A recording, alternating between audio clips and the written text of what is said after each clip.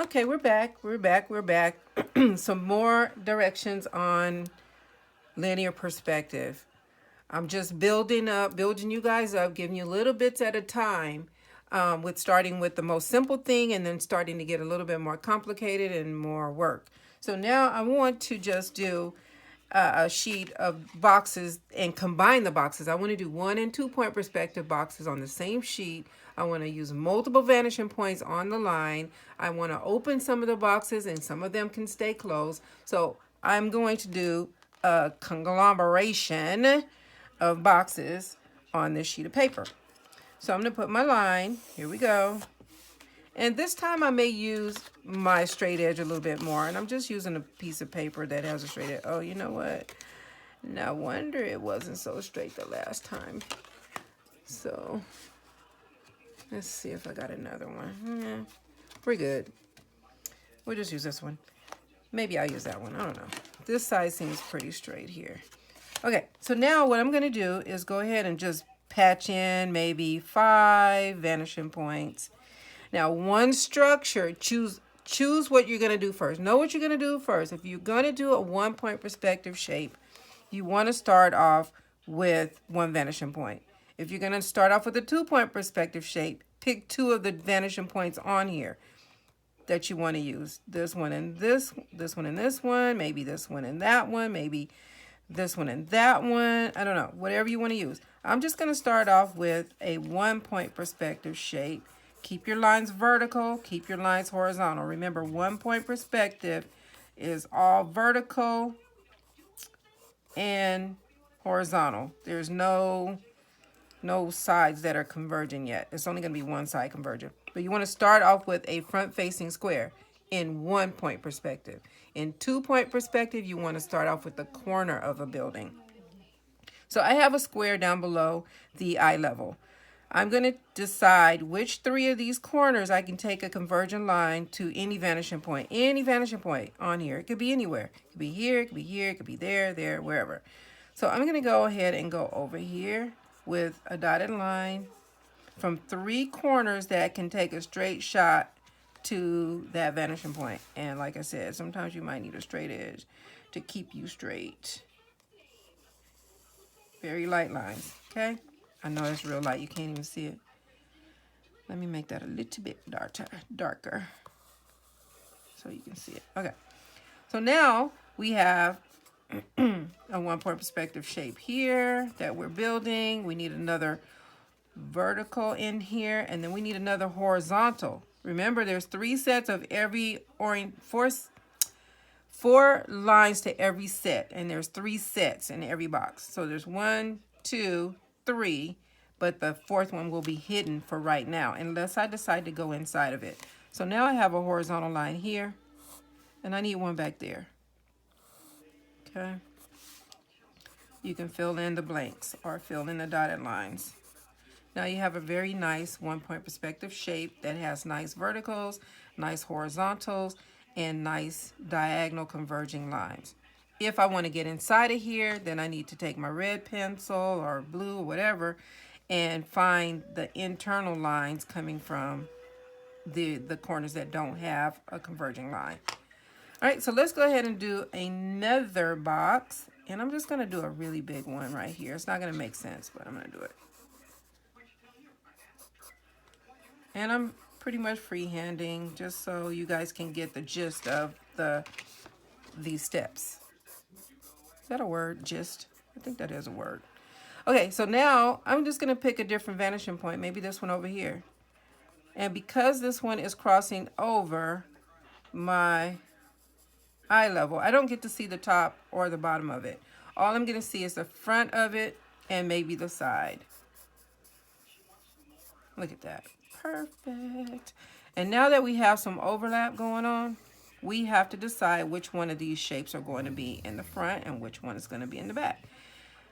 For me, it makes more sense to take out part of this structure because this one is lower on the picture plane. It appears to be closer to us and in front of that anyway. So I'm going to take out, you hear my dogs? They got to be making noise while I'm trying to videotape myself doing linear perspective. I need to make them work. Okay, so now we have two 1-point perspective structures that are overlapping on the sheet. Let's go ahead and throw in a 2-point perspective. I'm going to put that one over here. Corner first. Remember, no squares with 2-point. Go to vanishing point down to the corner. Vanishing point to the corner. You can go in different directions. Just when you get more accomplished, you'll see what you need to do, and you're not going to struggle. Trust me.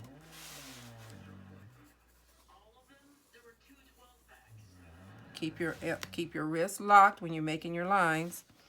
And then you want to put a vertical back here, and then one right here.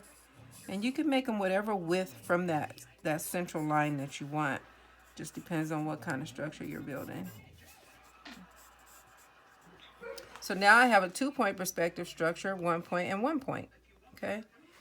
Now we want to put maybe, let's do another 2-point back here somewhere.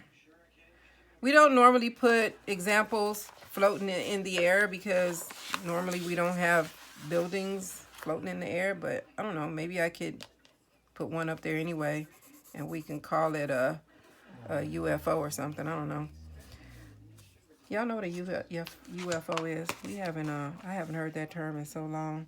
So now we're going to do a straight line here and a straight line over here. And then I'm going to use this vanishing point. Keep these lines light. These guidelines need to be light. You do not want them to be too dark. And I know that you need to see this video, what I'm doing, but hopefully you can keep up with my line ranting. Okay, here are my 3 verticals. Same way we did over here, remember? So we have my 3 verticals. Now, since this thing is floating up above our eye level, we need to establish the bottom plane. So from here to here, we're going to crisscross to the opposing vanishing points. And I'm just going to go ahead and use a ruler and stop being lazy. I know. I love to freehand draw. I'm a sketch artist. But this is really important too. Linear perspective is really important to know.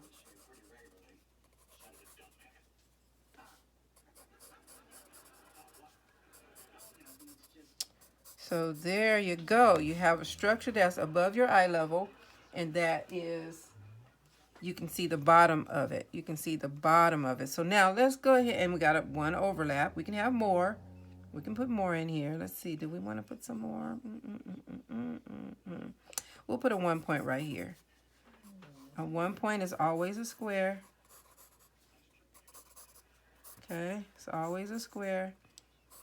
And then you pick a vanishing point that you want to use when you're beginning. When you're beginning the whole process of learning to do linear perspective, I would recommend that you don't try to get too close to a vanishing point or too close to your horizon line where you're going to have some distortion and abstraction. It might confuse you. So kind of keep them away. Keep a structure that you want to create perspective with away from a vanishing point that you can use. For instance, I wouldn't use this one for that structure right here. I would use this one, or I would use this one or this one, because it's a little bit further away and you're not going to get so much distortion. So I'm going to pull it to this one so you can see. Oh, let me use my straight edge. Stop being lazy. Quit being lazy, Tanya. And then take it. And most especially when you get close to this horizon line from these corners, it's really hard to get that straight edge or that straight line to go. You kind of get all weird with it. And even I do sometimes. Now, I want to put in the 3rd horizontal.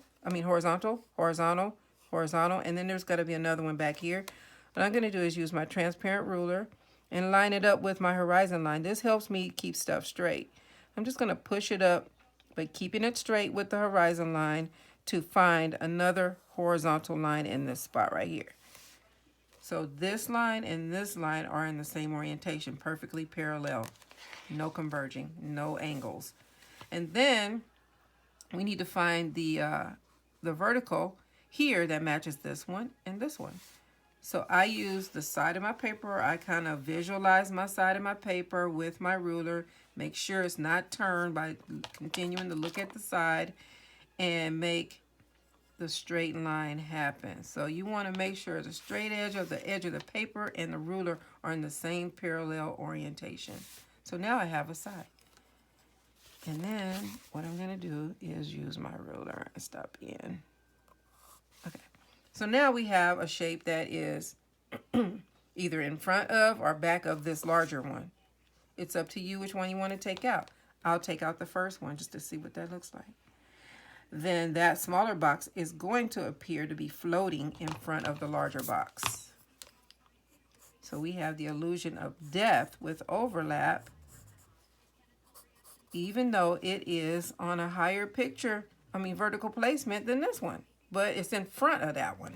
So that makes it more forward. So now these are combined boxes. You can now start to develop going inside of some of these ones. And let's go ahead and take a straight line to a vanishing point from here in red, light line. Then you need a horizontal. So you need one back here. Keep your ruler lined up with the straight of your paper edge or your horizon line, like that. And then you need a vertical that matches this one, and this one. Make sure you're visualizing, and that intersection right here should meet up with that corner. And this one is perfectly done.